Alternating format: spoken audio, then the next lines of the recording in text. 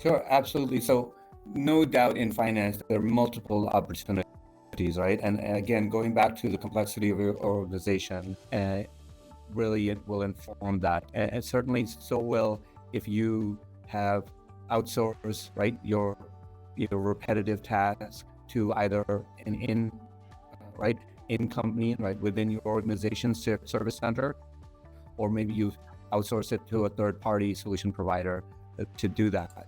But in either case, right, all of that will be that entry to selecting the use case. For me, what I did was I'll give you two examples. One, a state apportionment is it's a tasking activity that takes, like, it's just mundane. It's stuff that you have to do if you're a multinational and you sell in all 50 states. You need to understand, right, what your state income is, what your exclusions are, et cetera, et cetera. And so I deployed RPA to that, because RPA is an excellent usage for it. It allows us to do that repetitive work and offload it from a human. Quite frankly, right, we'll get bored after a few months of doing it, and so you don't want to lose people. So those type of activities are great for RPA. That's awesome. Another example is, again, if you're a large corporation that has any significant income from foreign jurisdictions, right? So if you have 40 plus, 30 plus % of your income from outside the US, then you're going to need to understand your foreign corporation reporting, right? And that's specifically done at the end of your fiscal year, right? So you can understand, so when you're filing your taxes to the IRS, anticipating that you're a US multinational, you're going to need to know what your foreign subs have earned. And so what we had was a process where, and I was part of all of this, by the way. So in 2014, we acquired CareFusion for $9 billion, if I remember correctly. Mm-hmm. And it's like a little chunk of change. Yeah, $9 billion. Yeah, but worse was in 18, we acquired BART for $24 billion. And in came, right, is the integration of those finance functions, which I did at the corporate tax level. And so what we had was, and some of you listening and watching may be in that same paradigm, where we had parts of our organization that were on SAP and using BPC, and there are other parts of the organization that were on JD Edwards and other various ERP tools, and they were using HFM or other financial systems, and so the process was not harmonized. Again, like, one of the fundamental, right, I'd like to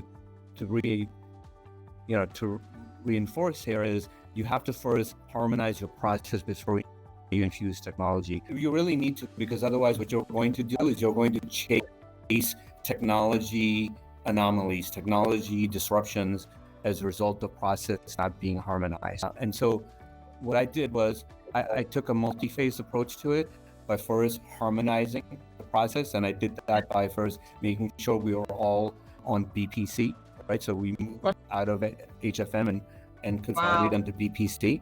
That allowed us to have the various associates that were going and accountable for the various parts of our business, pull the information in the same uniform fashion. I also early on employed 365 to deploy workflow and calendarizing and task management features, of which are very good, because that allowed people to then to know that there is a standard calendar and a standard time frame, and they received a standard message with a standard Excel file, right? And so all of that, still not technology, right? Still not automation yet, but again, moving towards that continuum of getting to the place where we can now leverage automation ETL. And so phase 3, if you will, right, was now employing an ETL tool and converting an Excel file that was set basically empty. And you can imagine these are massive Excel files with multiple tabs, thousands of lines of data. They were sent empty in the past so that the foreign controllers can fill out all the information.